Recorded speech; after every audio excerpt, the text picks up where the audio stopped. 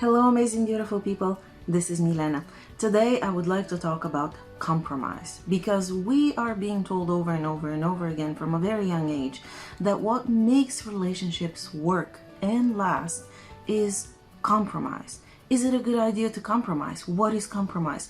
When should we compromise and when not to? Does that actually help our relationship and make it strong, loving, supportive, and lasting? Compromise is something that is drilled into our heads, and we're told that the only way to be in a supportive, positive relationship is to compromise. But is it really? I want to talk about the energy behind compromise. How does it feel when you compromise? Then I know, oh, the energy behind this and the energy behind that, but it truly is that. That's the fuel, that's the essence. Does it feel good? And the answer for most of us is no, it doesn't really, but I feel like I have to do it in order to make this relationship work. Well, the thing is that when we compromise, when we make some sort of a concession, that consciously, subconsciously, or unconsciously, our mind starts keeping score. All right, is the other person compromising as much? And guess what? It never feels like they do. It never feels balanced. No matter how much each of the people in the relationship compromise, it never, ever, ever feels balanced. Because the energy behind that intent, the unhappiness that we feel within ourselves, creates for a toxicity that accumulates over time and puts a huge rift in the relationship. So the last thing that it ends up being is healthy and loving and supportive, which is what we wanted it to be anyway. Now, yes, compromise does sometimes make a relationship last really long. It could last for a whole lifetime. But that doesn't mean that it's something supportive or enjoyable or positive or pleasant to any of the parties involved.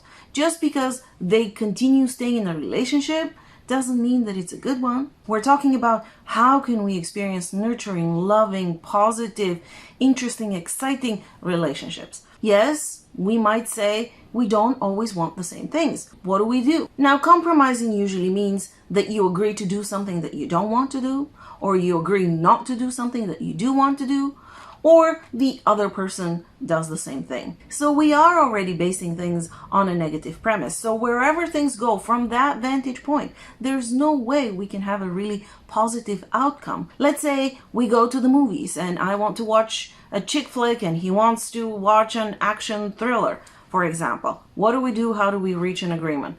Well, there's several things that we can do. But one thing I want to emphasize, it doesn't matter what we choose to do, but the level of comfort and peace we reach within ourselves when we make that choice and that decision is what actually matters. And that means that for every situation and every person, this thing will be very, very, very different.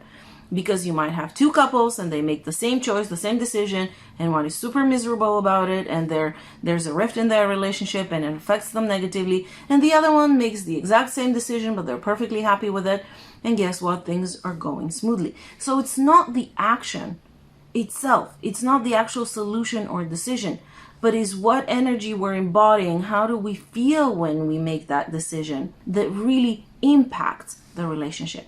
And these things are designed exactly to look at how we feel about certain things and find a good feeling place within ourselves when we make these decisions. If one of us feels like they're making too much of a concession that we're not happy with, that means that our subconscious mind is already starting to keep score and starting to accumulate that negative energy, because never, ever, ever will it feel like it's reciprocated enough. If we are not fully owning our choice and being very happy with it, that means that we're plugging negative energy into our relationship.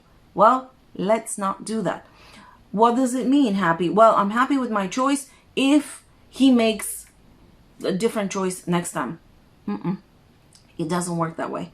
We are happy with our choice when and if we don't need the other person to do anything at any point in order to make up for it or make our decision worthwhile. If we feel like they have to make something to make up for it, to balance things out, then we are incongruent. We're not in peace and harmony with ourselves. We're not happy with the choice that we have made.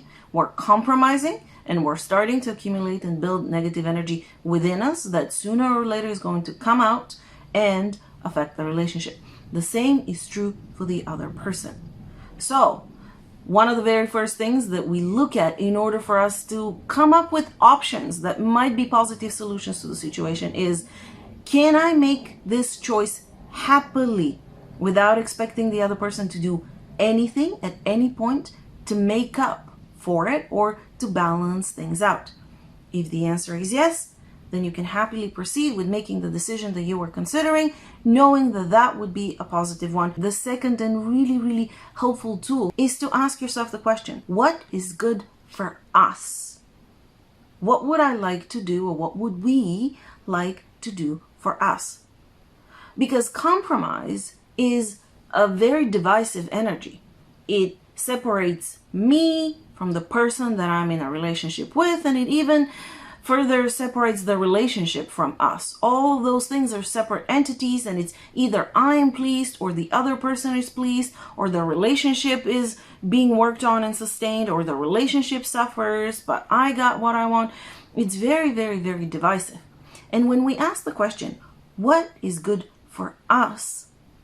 We immediately include ourselves, the other person, and our relationship with them. And that opens the door to solutions that will be supportive of us. That doesn't mean that they will always agree with you. Because sometimes when we expand our awareness, we grow in consciousness, we outgrow certain relationships. Now, if that is the case, those things are going to become more apparent. Of course, that is always your decision. But what this does is really provides us with clarity. It allows us to take responsibility for the energy that we carry in the relationship. Because compromising very often in our minds has a very positive intent. I'm doing this for the relationship. I'm doing this for us. But it isn't really, because it takes you out of the equation. Remember, you are very, very, very important piece. You will have stepped fully into your power. You will know how to be in harmony with yourself, and you would know how to create the partnerships and the relationships that are conducive to that new state of being. And if you need more help integrating that into your own life, book a session at askmilena.com. Remember to subscribe to my newsletter as well as the channel, and click on the bell down below so that you get notified of all future videos which come out on Friday. I'll see you next week, guys. Bye bye.